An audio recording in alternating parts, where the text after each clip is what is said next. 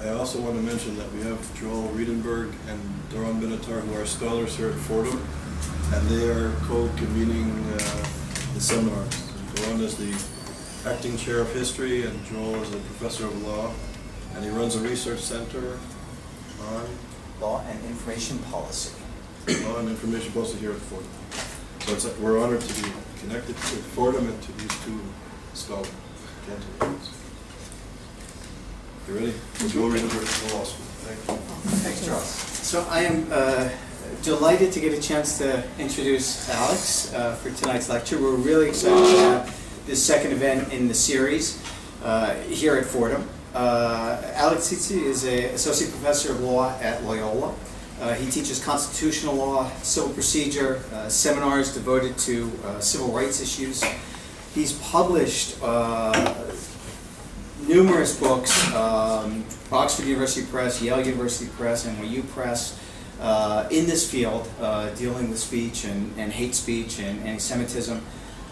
He's really one of the country's leading thinkers, particularly legal thinkers, on these issues. This is not the first time he has spoken at Fordham. We had the pleasure of having him at a conference that my center ran several years ago on hate versus democracy on the internet. So I can assure you we will be in for a great treat hearing him speak this evening. Alex, thank you. Thank you, Joel. Well, thank you so much for that generous welcome, and thanks to Charles and Doron also for inviting me. Interestingly, Joel and my family hail from the same city in which is now part of Moldavia, in Kamenets-Podolsk, and they have the horrible misfortune of both of our families having been murdered in the massacre of Kamenets-Podolsk.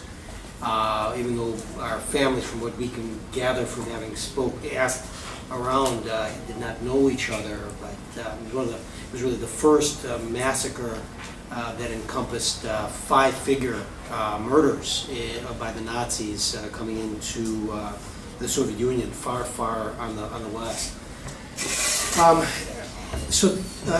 want to speak to you about the differing approaches in the United States and Europe in regulating anti-Semitic speech. The distinct approaches are partly there because of the unique histories with obviously more virulent and more sustained anti-Semitism in Europe and in Arabic countries than it is here in the United States. And even today, the anti-Semitism emanating from those regions is, of course, even more menacing than its counterpart here. Despite these differences, I want to try to demonstrate this evening that there is just as much principled reason to regulate hate speech here in the United States, and particularly as it affects Jews and anti-Semitism, as there is abroad. It's a very controversial subject. I don't know if any of you saw the story today in the New York Times that Twitter has pulled the account of a Hanover hate group that the German government asked it to completely take down their website. Germany, despite Germany's request, or because of Germany's request, I should say, Twitter has decided to prevent their account from going, this hate group's account, from going into Germany, but has continued it into other places in the world. So really, it's accessible everywhere. So it's very controversial. If you read the New York Times article, you'll see that the reporter is very, very antagonistic towards this, thinks that it's a major impediment to free speech. And looking at the comments that people saw, I only went through a couple of them, but they're much supportive of that view. My remarks will specifically focus on the ideological differences in the approaches on free speech here and elsewhere. In the United States, academics and politicians have focused on a more libertarian point of view than in Europe. Their emphasis is typically on the self-expressive worth of speech, while European and Canadian policies tend to show greater historical sensibility to the role of anti-Semitism in everything from pogroms to discrimination and exterminationism. The argument in the United States tends to place a greater emphasis on the individual interest to make offensive remarks and to downplay its potential to harm the targeted audience and society at large. European nations and Canada, on the other hand, are more likely to counterbalance the potential interests in speech with its likelihood or the likelihood of incitement against Jews to create a more pluralistic society. Let me put it a different way, that the regulations tend to further pluralism rather than to harm it, is the way that Europeans and Canadians think of it, where in the United States the thought is that we will actually harm democracy, and more specifically individual rights, if we were to regulate hate speech. The United States public policy then is much more differential to speakers, that even when they instigate hatred against minorities or Jews, their institutions, their practices, and their dignity, U.S. scholars and judges tend to downplay the centuries of tragic experience that Jews have experienced, of how their stereotypes against them have both reflected and influenced custom and law. European and Canadian lawmakers are more careful to guard against the risk that advocacy will turn into action. Penalizing hate speech, they believe, helps to institutionalize lessons about the tragic past in order to set necessary regulations against the aggravation of simmering prejudices. U.S. history is not without its own skeletons, and I'm thinking of such things as slavery as well as Native American relocation. And the potential for destructive statements are here just as much as they are in Europe, and I think they shouldn't be taken lightly, and that's going to be the subject of my talk this evening, where I'll discuss the differing approaches of anti-Semitic speech in various democracies around the world, and a comparative discussion that will draw in various rationales of national states have given for restricting various anti-Semitic groups. Countries that have adopted international pacts and domestic laws against speech widely agree that Nazi uses of slogans helped German leadership recruit, indoctrinate, and energize a broad following, making anti-Semitic speech not at all benign. In the United States, which is the approach I'm going to speak about during the second part of the lecture, unlike other nations around the world, the Supreme Court has clung to an antiquated concept of speech that's much more in line with social Darwinism than it is with historical reality. So first, just to begin with international norms. A variety of international pacts prohibit the instigation of unlawful conduct based on group defamation, hatred of Jews and various other minorities, that call for violence and try to get others to engage in the sort of discrimination that we all associate with anti-Semitism. Many, if not most, democracies around the globe, in fact all the ones that I'm aware of, recognize that hate propaganda helps to perpetuate ethnic strife and poses a threat to targeted groups. Laws against the dissemination of hate speech exist in democracies around the world, so in part in thinking about this argument that the regulation of speech will harm democracies, well, it certainly hasn't harmed democracies in countries like Austria, Germany, Hungary, India, the Netherlands, Denmark, Sweden, Switzerland, and many other, France, and many other democracies around the world that have hate speech regulations. Those are thriving democracies. There's no reason to think that they will not continue to be, and they're very much committed to free speech despite their regulation of hate speech. European countries then are particularly sensitive to the potential of speech to turn into action, having seen the power of propaganda in the European theater during the Second World War. 3 years after the war, the United Nations General Assembly passed the Convention on the Prevention and Punishment of the Crime of Genocide, in which there is a provision that prohibits the instigation of genocide against Jews and other vulnerable peoples. In the hands of charismatic leaders, the thought is that these destructive messages that exist in this sort of political downgraded, not many people are interested, where a charismatic leader comes to power, can harness that and sustain that both for the purpose of retaining power and amassing it further, gathering followers who see something in common, this particular hatred, and as well as then turning it into action and taking it into what they think is the final solution in the most extreme case, or to just simply allow anti-Semitism to continue and for violence to occur as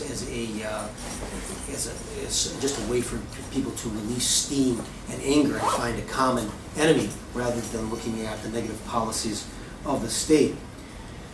The United States at first had reservations about this declaration, and particularly it did not want to enter into the part about instigation, but has since, in passing the Genocide Convention Implementation Act. This is a U.S. law.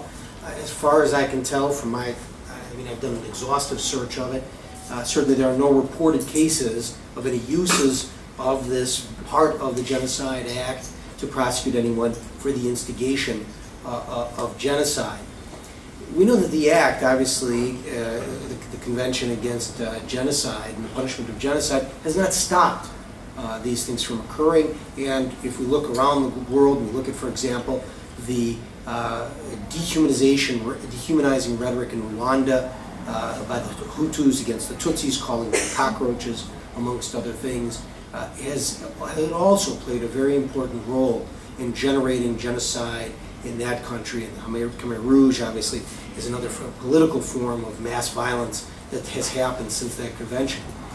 Well, other conventions that are out there that have this anti-instigation component include the UN Convention on the Elimination of All Forms of Racial Discrimination.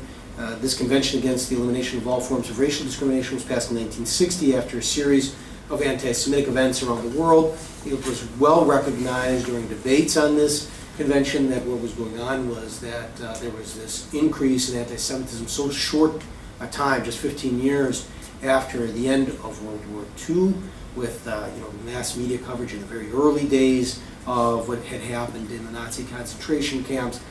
And so one of the articles, in Article 4 of the convention, commits governments who are parties to this convention to both declare it a punishable offense to disseminate ideas of racial superiority, and to declare it illegal and prohibit organizations which organize and propagandize on the basis of these supremacist ideals. And there are other countries as well, other conventions as well. The continuing effort to fight anti-Semitism, xenophobia, and other forms of racism by European nations has increasingly incorporated these conventions into their domestic law. So what they've done with these is that these, as I said in the Convention on the Elimination of Racial Discrimination, it's not that it actually created a right of action, but rather that it required those who covenant to the convention to make such laws. And European countries have done exactly that. So in Austria, where just recently, in August of this year, a very violent attack occurred, including Nazi salutes and statements about Jews need to go back to their own country. There is a penal code that enforces this, that enforces a law against the instigation of anti-Semitism and other forms of racial discrimination. The way that Austria looks at it is that it's part of public order against inciting hostilities against religious, ethnic, nationality, and racial minorities, with the underlying purpose being the prohibition of slander and the attack of human dignity. This is a very important distinction between European laws in that they tend to place emphasis on human dignity in a way that United States legal academics often throw up their hands and say we don't really know what dignity is. Of course, we don't really, even try to define concepts like liberty or due process or rights. Those are all very, very ambiguous, but for some reason they have a particularly difficult time with dignity, which is just as ambiguous as any of those that we consider to be the bastions of our fundamental rights. Some countries with a very long history of anti-Semitism have laws against the sale of Nazi paraphernalia. So, for example, in a very famous case that you may have heard of because it's been out there for quite a while, in France, a French court required Google to prohibit contact by an internet service provider, Yahoo. I hope I'm saying it's internet service provider, search engine, internet search. Yahoo, yeah, the Yahoo. What was their auction site? The auctions were coming through Yahoo. You could search for Nazi paraphernalia and you could buy it in France. This is against French law. Yahoo said it could not stop this material from going to France. The judge ordered it to stop, and in fact, evidence by experts showed that you could see that Yahoo could actually stop the sale of that memorabilia specifically into France, in the same way that I just mentioned about Twitter stopping the account of this anti-Semitic group going into specifically Germany. And Yahoo, in fact, stopped doing that because there was a sanction. The judge said that if you don't prevent this, every day there's going to be a fine. Yahoo challenged this in federal court in the United States, but on various procedural grounds, not on substance. It was nothing was decided about the speech component of this, but on procedural grounds it was dismissed. So Yahoo stopped this based on French law. The French court was obviously requiring Yahoo to abide by French law. Right? These are multinational corporations that really want to run, that really want to operate without having to abide by any national laws, and to use the most liberal laws on speech, which are really in the United States. Likewise, the Canadian Human Rights Commission ordered a white supremacist and Holocaust denier, Ernst Zundel, to remove anti-Semitic statements from his websites, even though it was being operated from California, but it was being sent into Canada. In California, of course, it was legal to disseminate this information, protected by the First Amendment. The Commission found it enough that Zundel's website was received in Canada to find that there was an offense, and that granted authority to the court to enforce Canadian laws.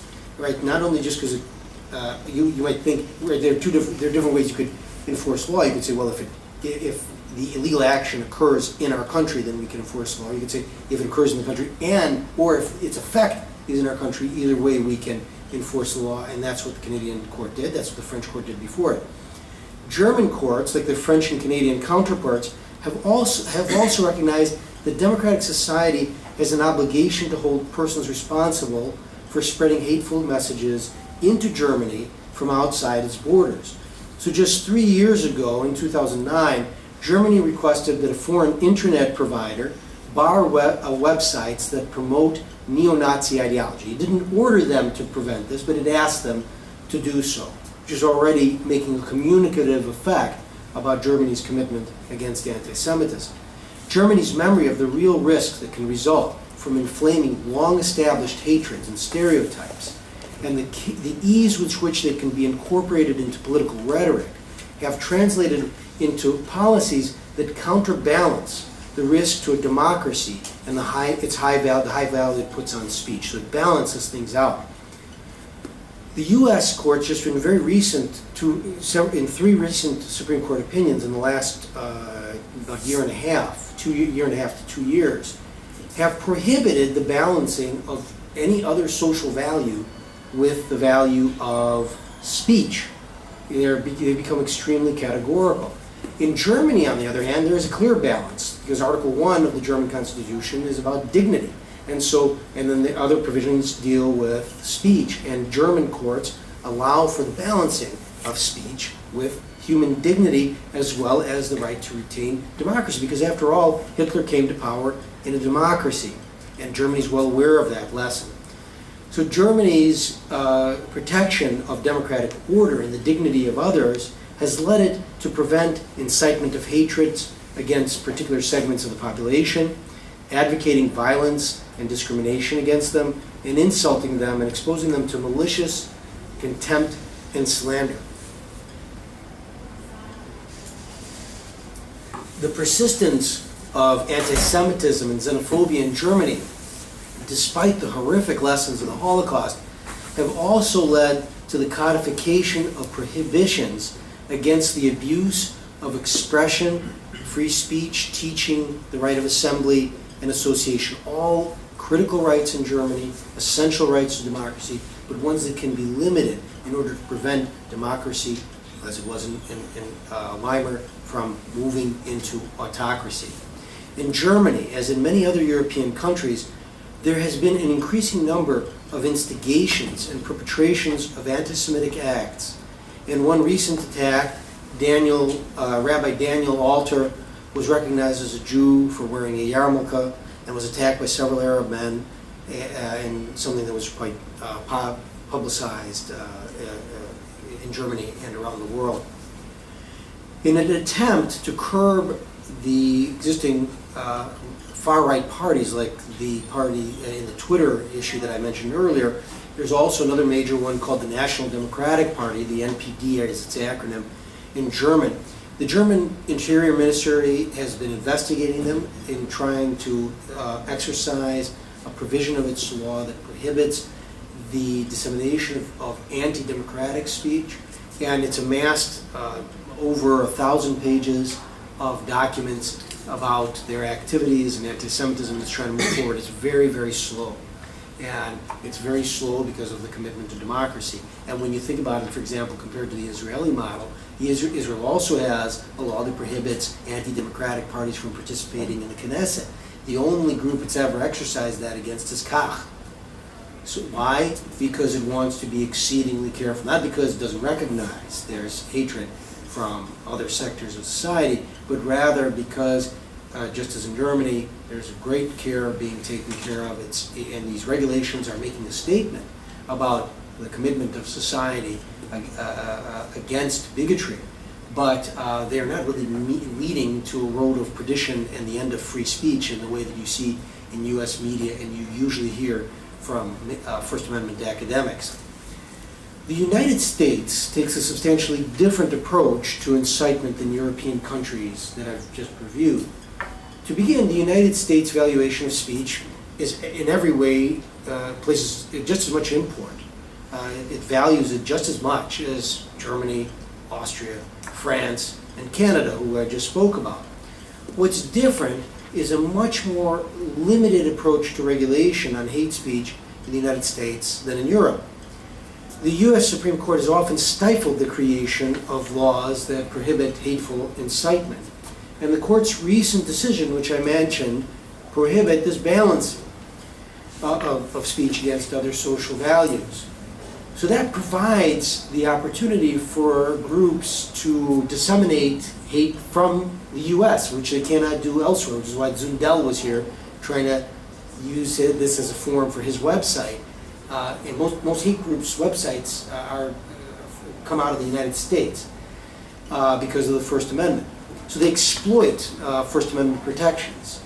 It's not that they're committed to free speech, right? These xenophobic, anti-Semitic groups. It's not that they're in the United States because of the deep commitment to U.S. values. They're here to exploit the low laxness with which we prosecute these things. Current First Amendment doctrine rejects the constitutionality of any regulations on the content of speech, except those that the court has found to be traditional forms of prescription. Now, this concept that the court can figure out only traditional forms of prescription allows it to have a lot of latitude and subjectivity by the members of the court of what they think is traditional. Surely they don't think the Alien and Sedition Act is traditional, but that's really where tradition is. First Amendment tradition is quite different than what it is today, but the court is using this traditional approach. In practice, this means that a variety of expressive conducts, like Holocaust denial, are protected currently by First Amendment doctrine, unlike in other democratic countries.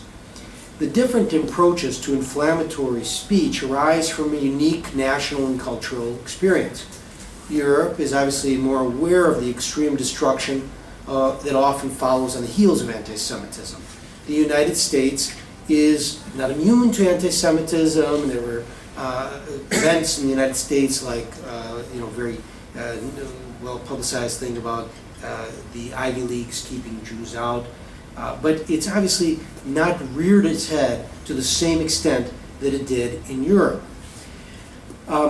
The pogroms, the attempted genocides obviously have not happened here.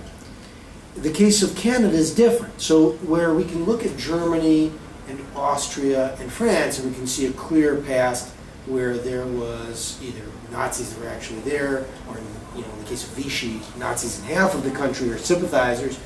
In Canada, there also has not been this strong anti-Semitic culture. McGill, by the way, ISGAP has a program, wonderful events going on there. Also excluded Jews, but obviously has now taken a major about face, hosting ISGAP amongst the major. Okay, it has changed somewhat. Let me leave that ambiguity, not knowing more. But it would be really an unfair stretch to impute to Canada the same cultural anti-Semitism that drove the masses of Europeans to commit so much disparagement, discrimination, and violence against Jews over the course of centuries. Unlike anti-incitement laws in Europe, therefore, Canada's policy against the dissemination of anti-Semitic and other hate speech cannot be explained as a response to the shocking extremes of domestic depravity. The Supreme Court in Canada has explained this curtailment of ethnic incitement as a predicate to the country's commitment to democracy and pluralistic values. So there is this, a great, in Canada, Canada's thought tends to be pluralism, multiculturalism. In Germany, the explanation tends to be the retention of democracy. In Austria, it tends to be dignity, and in fact, all these countries have this, Germany and Canada as well, the Supreme Court and the statutes and the constitutions speak in various countries in various places in their laws speak of these concepts of dignity. Dignity is very common, but the emphasis in Canada tends to be pluralism, multiculturalism, and in German, democracy. Contrary to international consensus that hate speech poses a threat, there remains a widely held belief in the United States, which is particularly common, as I say, in the media and amongst academics, that the expression of animosity towards specific groups is naught but cathartic. Allowing people to express their desire to harm groups, so the thought goes, is just letting off steam. It diminishes the risk of action. This is a pressure gap type of explanation. Long ago, Gordon Allport, the great psychologist of hatred, said that there's never a bite before there is a bark. That the bite always comes after the bark, but the bark comes before the bite. This mistaken belief that letting off steam will be sufficient for hate groups, that's all they really need. They just want to let go of their feelings. If they could just do that, we could prevent them from acting violently. Is often coupled with the view that democratic institutions are furthered by leniency toward the expression of group defamation. While the concern of hate speech will inhibit free expression of ideas is obviously very laudable, it goes against what we do in many other areas. So there are lots of limitations on speech that are not thought to be anti-democratic and in fact are thought to be democratic. One is, for example, the protection of copyrighted material. Right? Copyrighted material is protected through a very content-rich analysis. You have to look at the content of the material that's copyrighted. You have to see what the copy is. You have to determine whether the form and the material in the copyrighted material is the same as the others. That's just nothing but content-rich. The idea that you cannot pretend to be an attorney, you cannot fraudulently say you're a physician. If you can't examine the content of what somebody is saying, you can't figure out whether or not they're feloniously acting like an attorney or a lawyer. So we use content limitations. But for this hate speech, there's a very insular concept that the U.S. has got it right and European countries have it wrong.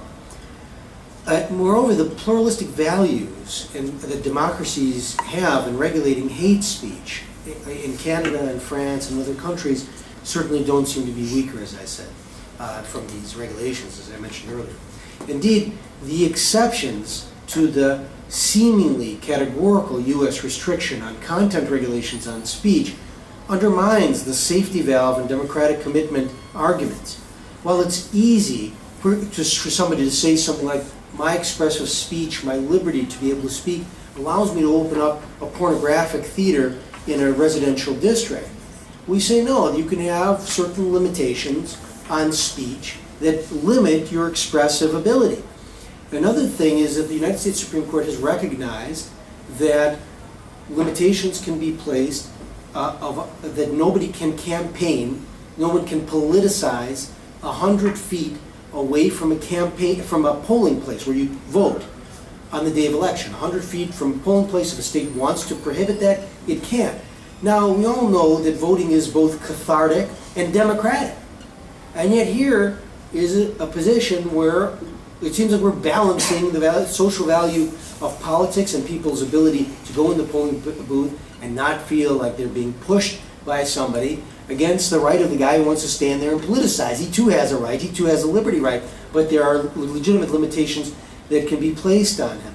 The same is true about deceptive and misleading uses of trade names, also something that has to be examined and where there was a value. And that value, just as in copyright, we think actually furthers and promotes self-expression, just as Canada thinks it promotes multiculturalism, that it puts certain restraints on anti-Semitic and other forms of hate speech.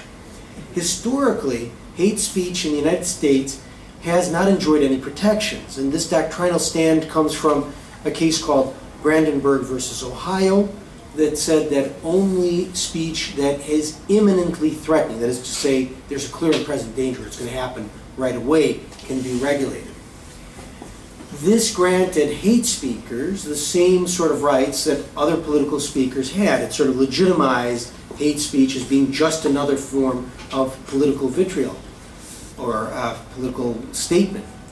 Such a legal paradigm ignored the historical lessons about the power of hateful incitement, lessons that European countries had internalized in the aftermath of the Holocaust, with, for instance, the Convention on the Prevention of Genocide.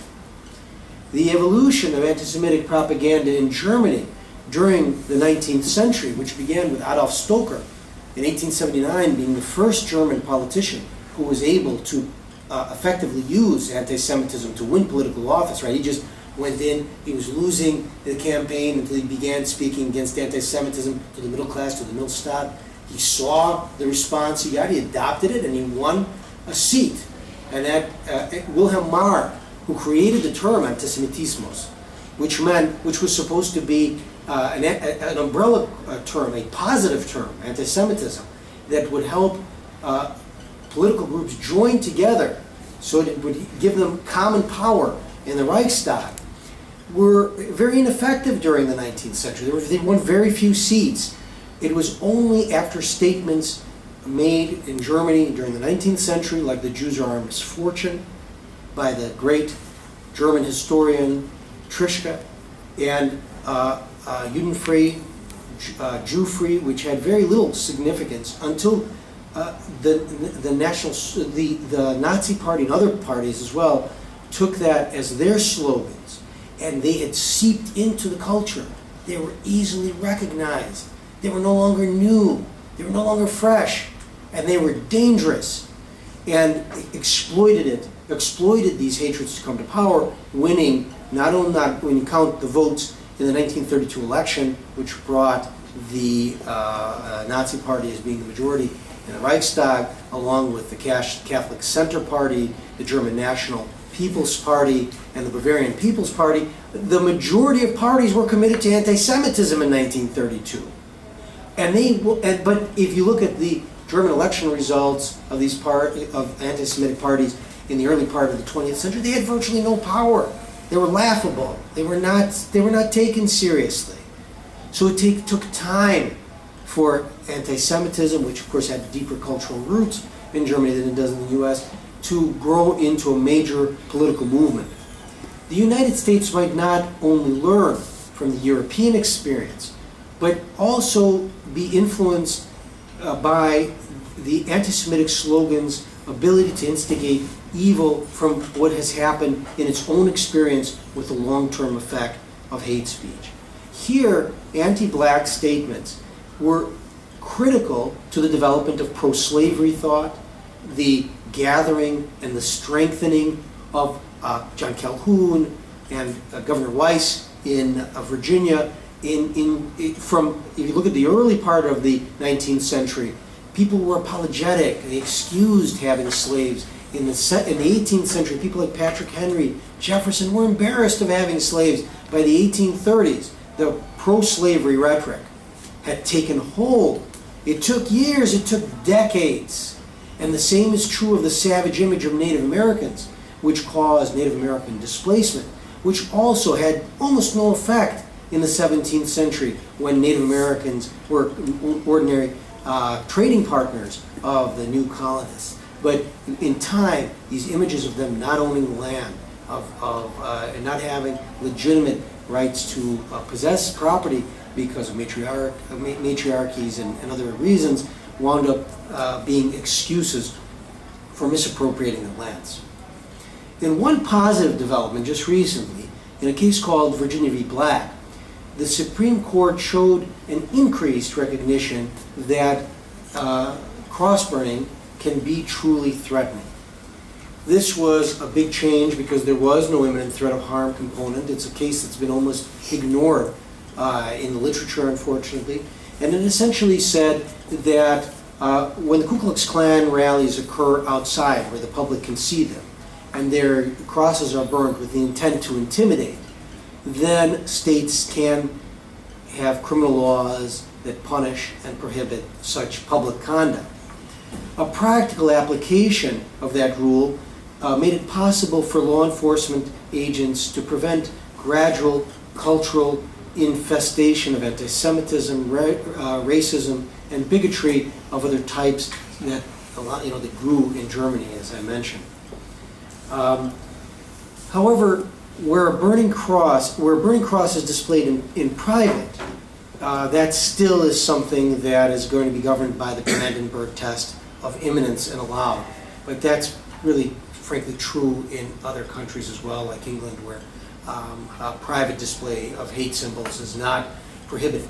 Now, just as the court found that the history of the cross held a certain virulence to it that could be intentionally used to instigate, I think that it should also be extended to other symbols like Hamas flags, Hezbollah flags, and swastikas. The court hasn't done it. We don't really know whether they will. They could argue that those are symbols from other countries, but I think the connection of terror, if you take Ku Klux Klan to be a terror group, are similar, and that this case, Virginia v. Black, the holding should be extended to those symbols as well.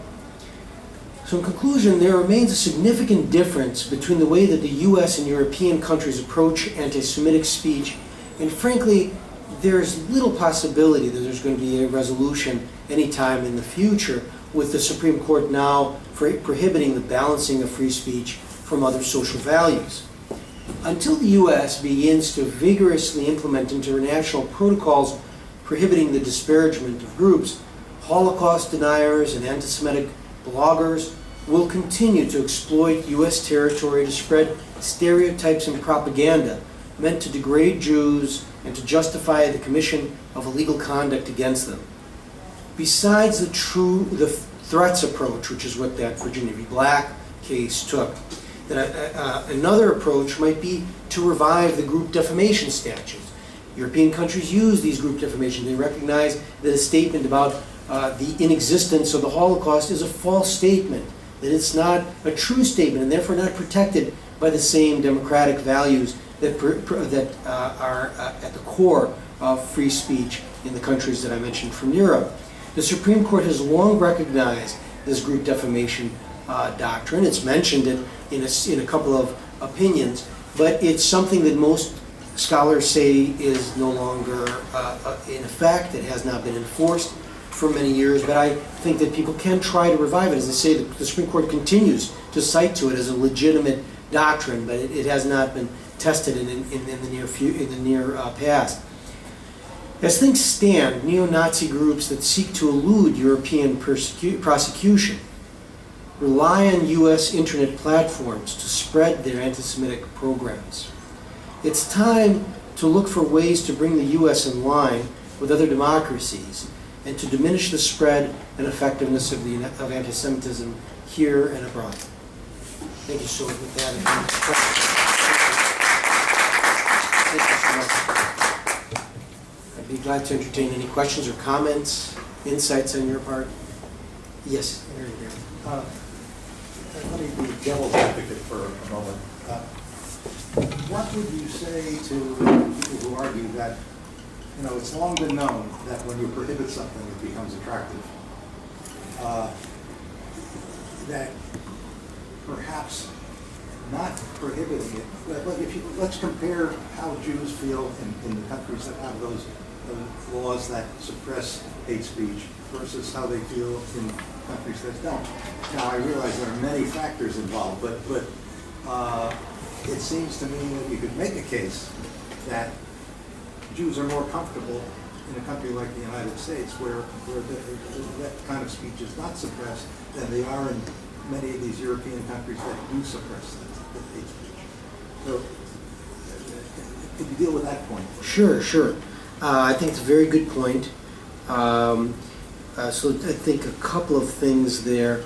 One is the attractiveness standpoint, that if you make something illegal, let me just jot down so I make sure to answer all of your points. So the attractiveness point. I think that point could be made about any sort of criminal law, right? Date rape laws. Maybe a person has never thought about date rape, but here's a date rape law that thinks, oh, date rape, okay, well, here's an easy victim, I'm in this room, I'm completely alone, it's an easy victim.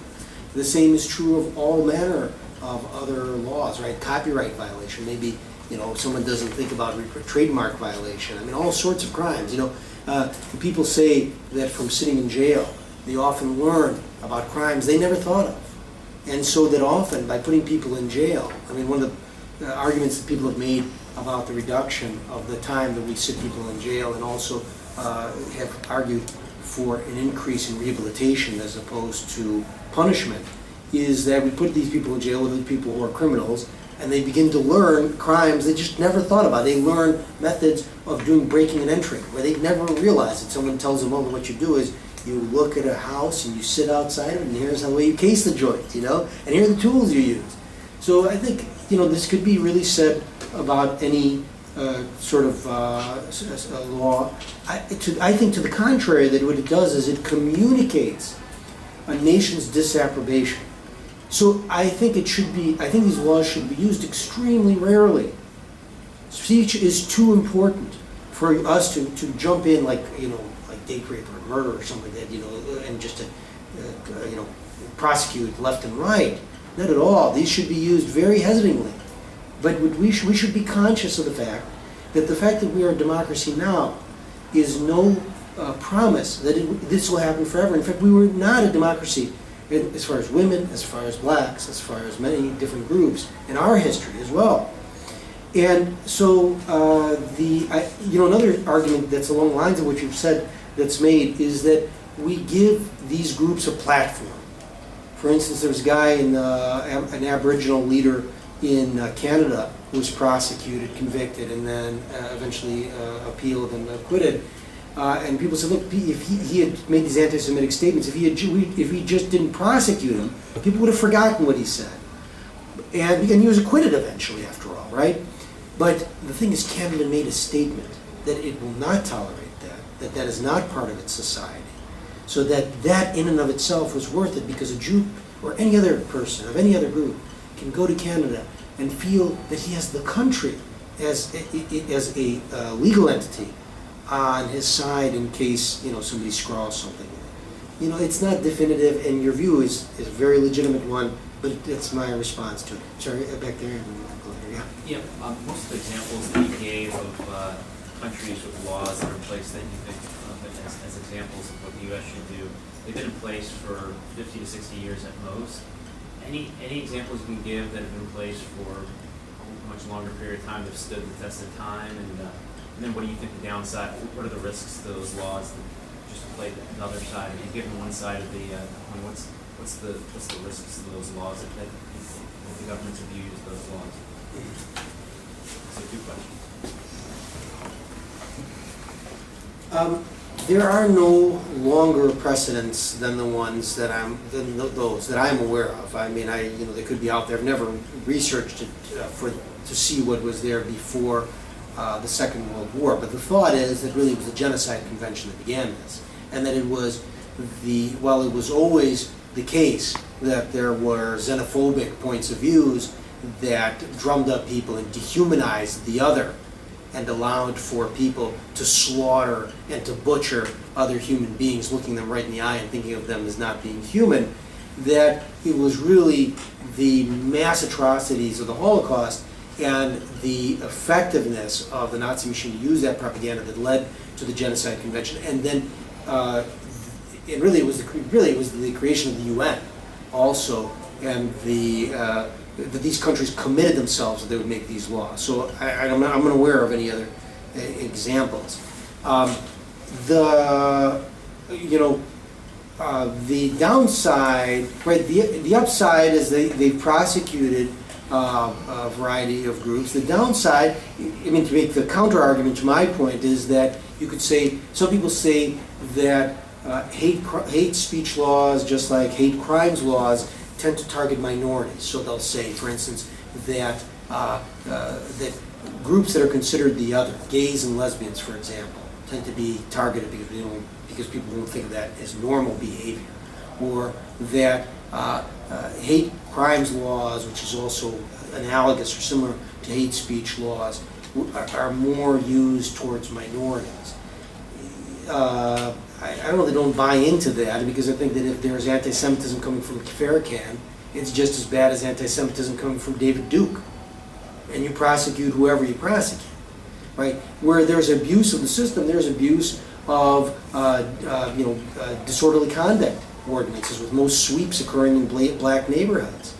But does that mean, if there's a particular targeting that's of groups that are meant to be protected by these laws, then there would be something that's legitimate, but it seems too abstract an argument.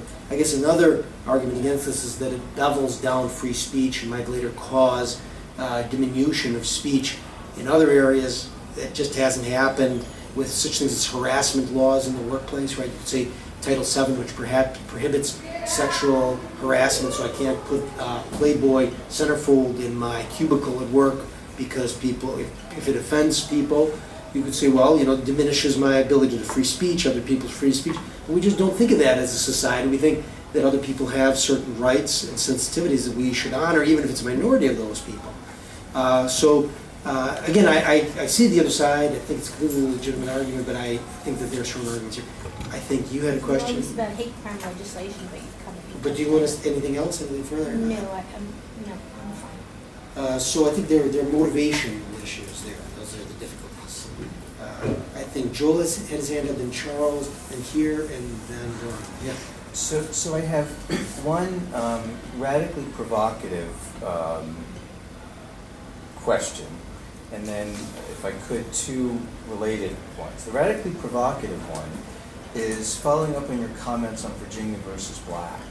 Could you repeat that? Yeah, so it's my radically provocative one is thinking about the comments on Virginia versus Black, which was the cross burning could be seen as imminently threatening. Or true threat. Or true threat. Would that suggest that the Jewish community should act far more aggressively when anti-Semitic speech is made in a way that makes it clear that that kind of speech would create an imminent risk of violence? That's the provocative. The second is, I thought about your comments on that the U.S. is rejecting any kind of balancing of social values.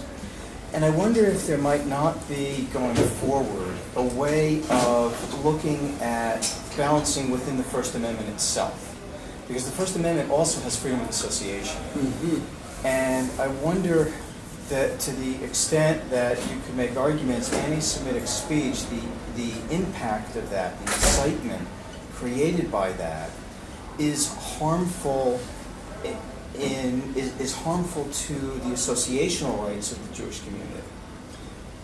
And to that extent, and this is where I think Charles comes in, if that kind of argument could be made, it would suggest a very fruitful research avenue for researchers to look into the impact on Jewish groups from anti-Semitic speech. And I think of the impact on campuses, for example. You have very aggressive organizations on campus attacking Jews in the Jewish community.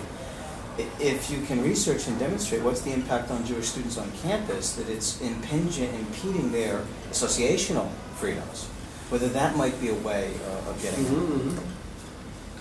That's great. Let me pick up on that.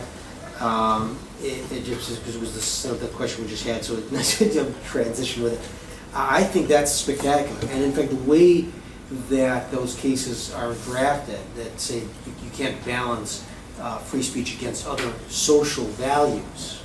I actually have an article. I'm going to attack that. I mean, I was just thinking on the flight here. Well, what am I going to do? I got working on these things in here, and I got a little space. This would be nice to do. Is to say to balance it with constitutional values rather than social values, right? So the way, so I had not thought of association. I had not thought of it, and that you just added. I was thinking about equality, travel, right? Travel is also one about, I mean, it's also not written, it's not explicitly in the Constitution. Association, by the way, is not explicitly in the Constitution, right? It's an implied First Amendment right.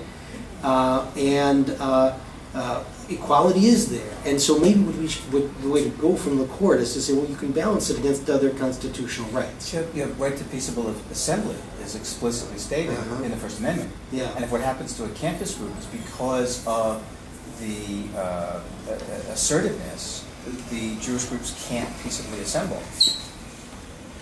Right, absolutely. Or can't go on a certain part of campus, right? Because it's got some wall and, it's making those very Jewish anti-Semitic stereotype. So I think that's fantastic. If I ever write that, you will definitely get the acknowledgement that you deserve. That's our reward for your and I'll career, send it isn't to you. It's more my reward for coming, actually. The other point about Virginia v. Black, the first point you made, so it does not use imminent threat of harm.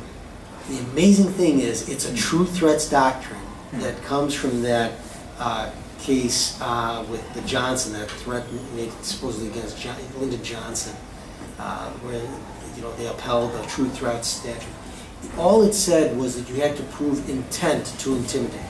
That's very common with the European laws as well. It's very protective of speech, and it's necessary to be protective to prove up beyond a reasonable doubt there's an intent to intimidate and protect free speech rights, and yet we'll go after groups that are like Stormfront or Ku Klux Klan, Hamas, Hezbollah, that are very obvious in what they're doing. And with that, you don't have to provoke, right? You can just say, look, we perceive this as a true, we are reasonable people who perceive this as a true threat. And in fact, the difficulty would be proving up the intent, like it always is, the scienter element. So I think Charles had his hand up next, and then I'm sorry, I don't know your name, but you're next, and then Dorian, and then somebody else had his hand up next, so I'll try to keep track of the order. Yeah. So I just want to comment on the notion of freedom of expression. So in the Canadian context, there's freedom of expression, freedom of speech, but there's also freedom of promise. I think that's a very important distinction in Canadian law. And also, in a sense, I think the whole notion of citizenship is very different in a place like Canada compared to the United States. The social contract is much more robust. So healthcare, education are seen as rights, not privileges. And protecting the citizen is an integral part of the legal system, but I think just being a member of a society with that social contract.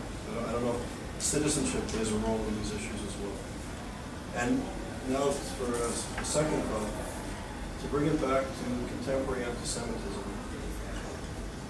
And first of all, I want to thank you for the paper. It was very rich, thought-provoking too.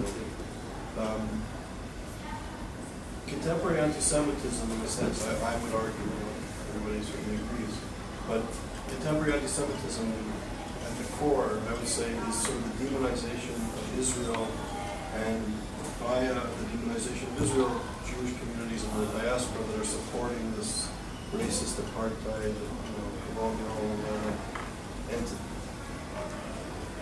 Radical political Islam has at its core a genocidal anti-Semitism, which is clear.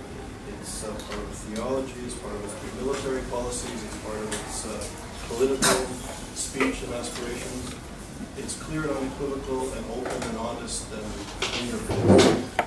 Kawadari, the spiritual head of the Egyptian government, regime, whatever you want to call it, literally led a prayer calling for the extermination of Jews. Morsi doesn't do anything without adhering to his religious views. And in the West and in the academy, there's the acquiescence for all sorts of reasons to this threat. The United States is the greatest purveyor of this anti-Semitic hatred through the internet in the world. This is where all the domains are, well, many of the domains are registered, and a lot of the internet traffic, which is playing an important role in disseminating this hatred, comes through the United States or is disseminated from the United States. The United States, in terms of, you spoke about the Convention on the Prevention and Punishment of Genocide, is a signatory to that convention and is obligated to prosecute or bring people to tribunals who are violating the convention. And of course, it's never been done for prevention in Article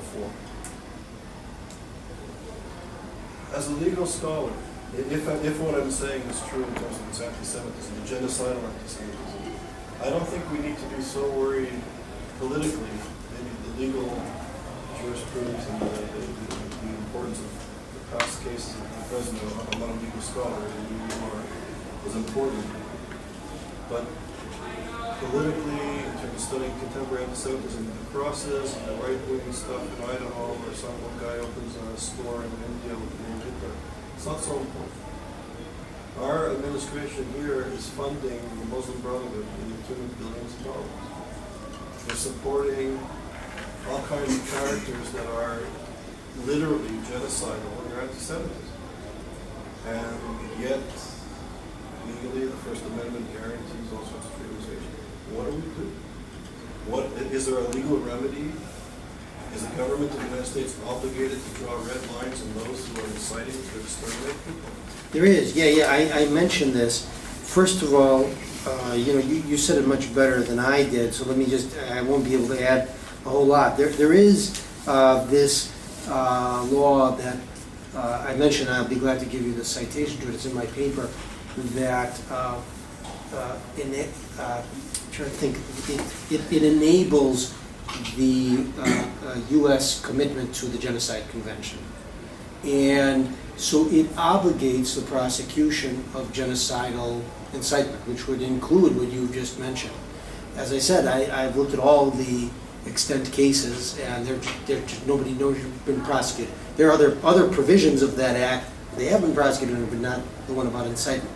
So I think the way to go about that, although it's completely out of my hands, but you've got much more influence than me on this because you've got many more connections in the amongst Jewish groups, is to try to get somebody to bring a test case, Simon Wiesenthal or somebody. Right? So if I can prove, if there's a body of information that shows that the Morsi government is inciting to genocide, let's say I can prove it, is the United States of America obligated to change policies? It's not, because that's really the political question, Doctor, right? So in terms of diplomacy, that you can't change. But in terms of prosecuting, what I was going more towards are if the domains are in this country and the actual incitement to genocide, gross incitement to genocide, explicit incitement to genocide is here, that I would think that the U.S. can go against. I'm unaware of it going against. Now, just a quick follow-up is your points about that these right-wing groups, Klan, neo-Nazis, and so on, have very little power and effect relative to the radical Islam. I absolutely agree with you. My limitation as a scholar is that I don't know Arabic, and so we have MEMRI, MEMRI, the website that translates things. But then I'm limited by what they provide as opposed to doing my own deep research, and so it's a shortcoming of my research, frankly, of my writing. I just can't get at the material, and I'm much more closer to studying Yiddish than I am for another project about the Holocaust that I have in mind. So we need scholars to do this, and unfortunately, I just don't have the. We need probably Israeli scholars, frankly, because in Israel they study Arabic, right? So someone in Arabic needs to pick up that strand of thought and start reading this, and maybe they are, but I'm unaware of it. I'm sorry, so Yeah, I was just kind of going to piggyback on what you just said, Charles. It seems to me that our approach to anti-Semitism of Jews isn't very effective. And when I look at people like Jesse Jackson and Al Sharpton, who I don't particularly admire, but I do admire the approach that they took to racism. It's been really quite effective. And then you look at Islamophobia, which I also think is bogus, but nonetheless it's been very impactful. These things, these approaches, they don't follow laws. They just are. They just put it out there, and they use fear, and they intimidate people so that you can't say anything racist, even if you choose to or want to. Islamophobia, you can't say anything negative about Muslims, even though most of us have a lot to say that's negative about Muslims. But yet, Jews, we're on the firing line. We are there. It's open season on Jews. We're not very well defended, and we are very scholarly, we are very intellectual people, we follow the laws, such as the discussion that we're having tonight. But do you think that maybe we need to incorporate another approach? Because look what is going on in our country. Look what's going on in Barack Obama's administration. He is engaging the Muslim Brotherhood, and the Muslim Brotherhood is virulently anti-Semitic. So why do we not need to incorporate a different approach, a different way of thinking, a different way of handling ourselves? Because anti-Semitism is on the rise. It's clearly on the rise. Well, I mean, I think that we do have a different approach that we didn't have in World War II, which is Israel, right? So, you know, it's very troubling, actually. I was just in synagogue last Sabbath, and there's a prayer, it's slipping my mind what it is, and it talks about how we collectively as a group have this conscience. And I apologize, I can't remember the prayer, and I'm not going to spark anyone's memory of it by just saying that. But I thought to myself, well, we have that feeling, but during World War II, that didn't help us very much. You know, and people walked into those pits, in Kamieniec Podolsk, for example, which I began speaking about, where Joel and my family come from, our families, I should say, come from. You know, there was an account of a man, a Jew, the Nazis didn't realize was a Jew, driving, and he actually saw the slaughter, people getting into the pits and just walking up, and we've read these accounts, I'm sure all of us have, during the Holocaust, walking into the pits willfully, not resisting. You know, it's almost a belief that if I am going to be compliant, they're eventually going to see what a nice guy I am. They're going to say, you can go, you listen to us. You know, and no, it doesn't happen. So that our approach is very collective. We do have a collective conscience.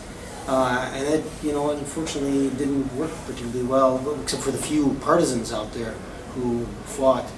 But, you know, ultimately, I do think we have to use the law. Some people will hold it against us. I do think we should not attack Muslims as a group because it would be incorrect. Or just we shouldn't attack Germans. There were Germans who were helpful, even though they were extremely small number. There were Ukrainians who helped Jews. They were extremely small in number. But we need to target more the hatred. Now, the hatred, the problem is, of course, in the Islamic world, where let's say you have 2% of the population, the figure I've heard, that's genocidal, when you take 1 billion people, that's a large amount of people, right? But I think we need to be careful, and ultimately, you know, that ultimately we can go to sleep at peace with ourselves, that we have not committed the same crimes against humanity as they, because we followed through on commitments to justice and equality, and certainly not all of us Jews have done so, and many of us have fallen short, but I think we should still follow that path, and it is effective, because, you know, after all, the Genocide Convention was a Jewish man's birth child. You know, the equal protection laws in this country, of course, blacks were instrumental, but Jews were as well. So I do think we should continue that policy, but Israel is a major, major safeguard that we have that we didn't before. Yes, Norm. So what I'd like to say that this is, you know, I'm not a legal scholar, and so I would not offer anything concrete or useful. But what I would say is that free speech is the sacred cow of American life. And the coming out against free speech is a very risky strategy in the context of the United States, particularly in the academy. But not only in the academy, but I would say that I can't envision a situation in which a free speech position will not triumph in academia. And in fact, efforts to limit some of the worst hate speakers generally backfire.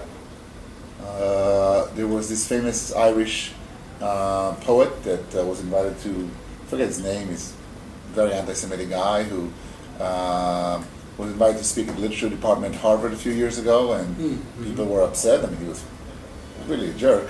And so the department canceled the invitation because he was offensive. So there was a big brouhaha about free speech. He was invited to speak at the university. And the brouhaha generated hundreds and hundreds of people in the audience. You have this kind of thing every time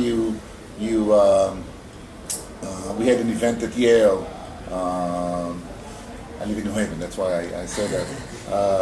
And so, a couple of weeks ago, somebody came and it draws the hundreds. I mean, it's one of those things that and if you try to fight it, it's not a winning strategy. It's not like I have a solution, but I'm saying at Fordham we had Norman Finkelstein coming, and we didn't do anything. The faculty didn't do anything, and I think the result was a much, much, much lower attendance. Not much ado about nothing. The only people who came were, the Muslim Student Association who invited him, invited a Jew to say things about Jews, which he always complies. But but it's kind of one of those things that that it's a the sort of strategy. I mean, I can't see myself advocating a non-free speech position. It's admitting defeat from the outset. Right, I agree with you, and that's why I think the approach to take, one I've taken, is it does not diminish free speech, right? That here are, the way that I did the talk today, the way that I've approached it is that here are countries that have commitments to free speech just as strong in their constitutions as the U.S., and they allow for the regulation of hate speech as well. So definitely not coming out against free speech. We don't want to do that. First of all, it's not in me, and I believe it. And second of all, to say that this would be an exception, just like copyright laws are an exception, obscenity laws are an exception, trademark violations are an exception. This is just another one that we should have. But I think the problem with it, Alex, is that anti-Semitic speech is so prevalent. It's not like, by focusing on the KKK, I mean, Charles is right here, focusing on the KKK and a bunch of right-wing nut groups, it's very simple. I mean, it's not, they're not. But when you have so much virulence coming from different groups, different individuals, not groups, where do you draw the line? I mean, the Protocols of the Elders of Zion, is that the defining thing, I mean, I don't know. Well, one place to draw the line is where the statements are not opinionated but factual. So, for example, in Germany, in France, you can have Nazi symbols. If I come into class and I'm talking about William Shirer's book, The Rise and Fall of the Third Reich, and he's got the swastika in there, no one's going to take me to jail. And if I have an opinion and somebody comes in and says, I hate Jews, they're all a bunch of slime and whatever, that's not actionable. It's opinion. The problem occurs when it's factual. There is no Holocaust because that demeans, it makes us all a bunch of liars, and it's something that's analogous to defamation.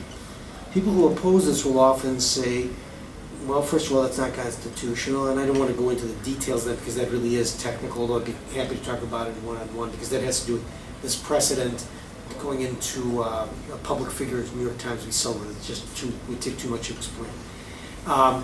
But then I say, well, but you don't want to do, I mean, I talk to scholars, right? I've debated Jeff Stone at Chicago was very much opposed to Rodney Smolla at Yale. I debated Nadine Strauss in Texas. I mean, I've debated lots of these characters, And you're absolutely right. You know, I'm first of all not going to convince them, but at least hey, you know, they're willing to listen. I appreciate that. So I think that it's worth at least putting forward this argument with Norman Finkelstein. Well, you didn't stop him, but DePaul stopped him. DePaul stopped him. They did not give the guy tenure. Now they said, well, you know, he's too vitriolic, he's too offensive in the way that he attacks individuals. He's too ad hominem, but they stopped that guy, right? And what did he do? Very shortly after they denied him tenure, he went and met with Hezbollah, and he said they were freedom fighters in the Middle East. I mean, he showed his face. So that was not low-key. DePaul's stance against Finkelstein was not low-key. And yet, I would say DePaul won, Finkelstein lost. He's not getting any academic position anywhere in the United States. I mean, I can't imagine it happening. It's odd, though, recently came out with some statements that were considered too pro-Israel for the BDS people. Wow, I didn't hear. Yeah. Finkelstein now is on the right wing of the BDS movement. I don't know if that takes a whole lot. So fact instead of opinion, lots of hatred. That's totally allowable, and we must live with it in society. So, but it's just nature of democratic society, but not where it's factual. You had a question. You had Stephen, and you're next. Yeah. I think she had a question first, and then. I was going to say that and this is an impression, but I would guess that. I'll call on you for sure, but let me just. Yeah. Okay, my impression is, and it's an impression, and I don't have the data for it, but my hunch is that it's probably an accurate statement, is that many Jews don't perceive much anti-Semitism in the United States. And I speak from trying to actually organize some group of faculty at Fordham around what I considered problematic, and the response was, well, we don't have a problem here, which I found very interesting. So you're talking about wanting political activity where you have perhaps many people who don't see much of a problem. I remember, I'm a child of Holocaust survivors as well, and in San Francisco, when my parents tried to organize Holocaust survivors to give some voice to their experience, to put monuments up, etc., most people were frightened to make noise. They wanted to go below the radar and not be seen as problematic. So we, in a sense, may be our worst enemies, is what I'm saying. I mean, I don't mean that literally, but I don't think that there is necessarily a taste for a lot of political action, which is essentially what you're advocating when you talk about Sharpton and Jesse Jackson, etc. I don't think there's a real taste for that in the general Jewish community. Now, I'm surmising this based on anecdotal experience. I'm a researcher, so I don't like to make those draw those conclusions, but I'm sort of laying it out there. And as long as we don't recognize it when it occurs, and I think it happens in many little different ways, often, it's not the problem. We see it when we talk about Hamas, Hezbollah, it's going on in the Arab world, but we don't talk about what goes on in our own communities. Right. Well, part of it is that we have to stand up. Mr. Charles, you want to answer that? Yeah, go ahead. A very brief intervention. I just spent 5 days with Daniel Siboney, the French Parisian intellectual. He's a mathematician, a psychoanalyst, and a philosopher. He's an amazing guy. And he sort of unpacked the whole kind of issue in this talk in Montreal, which I never considered before. He was looking at the psychological effects of anti-Semitism. And he was arguing that Islamophobia, first of all, at one level, is the West's rejection of the Muslim world. And the Islamophobia is that the Muslims are perceived as hordes of mobs, and we are afraid of them and we want them to be quiet. The Jews come along, some Jews, and they say, hey, there's a problem in the Islamic world, and the reaction is to keep it quiet. And the animosity is then directed towards the Jew. This is sort of his philosophy. Then he sort of was saying that Jews in the United States have had success. Some of them are in institutions where their parents and grandparents would never have dreamt of going. There's fear, there's guilt. And when these issues are put in their face, they acquiesce, they're silent, and not only are they silent, but they become angry at the messenger giving the issue. It's also called passing. African Americans have a term for passing. Anyway, so then I just spent 5 days with it. So So there is this whole body of literature in the French context on these issues, which I never knew, but it's fascinating. So two things. One is that in Germany also there were many people, not all, because many people left, including Einstein, and immediately realized what was going on. In fact, a large group of Jews left immediately. It's also a country where many Jews were in power and they could be taken out just like that. You know, so I wouldn't take it for granted that Jews are in high political offices to think that it's not going to happen anytime soon, but in decades, if somebody were to come to power with true anti-Semitic ambitions and was able to gather people in, and actually, quite frankly, if that has any potential, it's going to come through Farrakhan, because he's really the strongest in terms of potential for politics in the United States, taking that to a new level, not only in terms of anti-Semitism, but again, he's very opposed to racial mixing and all sorts of different things. So we have to be realistic. We need to stand up to issues where we can. I totally agree with you. I think Jews tend to be much more able and willing to stand up for other groups and to say, to think that we don't really need that as much for ourselves. For example, in Title VII, the anti-discrimination law, Jews were supposed to be in there, believe it or not, but the Jewish group said that they wanted to be taken out of there because they said we've done well enough in this country. Here's my data. So, there's Scrutiny as a researcher from some. But we have done very well in this country. I mean, I think we have to be, right. We have to really acknowledge that in the United States, this has been the the golden diaspora, the greatest golden diaspora in Jewish history. So this is not, Jews have done really well here. So it's not, the threats at the moment don't come from domestic. Right, so that's another great point. And I wanted to go that as a second route. So one is to defend where we need to. The second one is that in the counter-argument, which you just made, it was stronger than I had wanted to, and I'm glad that you did, is that that we should not take it for granted that we will remain in this position forever.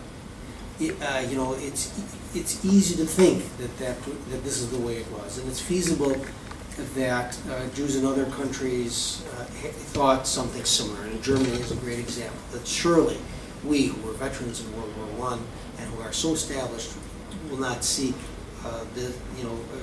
will not be so undermined by these anti-Semitic parties. The Germans will wake up.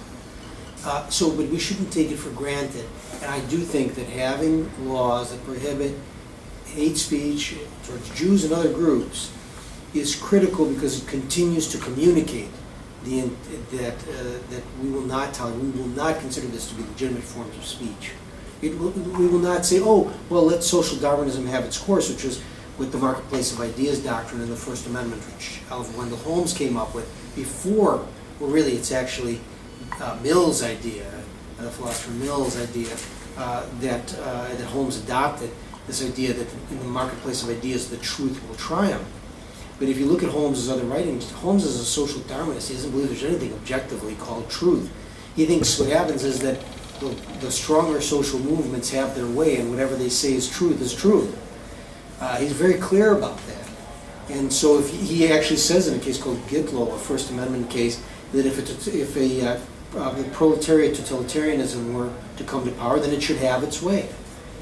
And that's what happened in Algiers with Islamicists winning in the democratic elections and trying to put down democracy as a whole, and Algiers saying, well, no, that's not, we're not going to have that, we're going to revoke those election results. So I think we shouldn't take it for granted. We're doing so well. We should be grateful to this country, and we should forever be grateful to this country. I'm an Army officer. I served in the U.S. military for 9.5 years, and we should, for sure, not see this in some sort of a clouded way.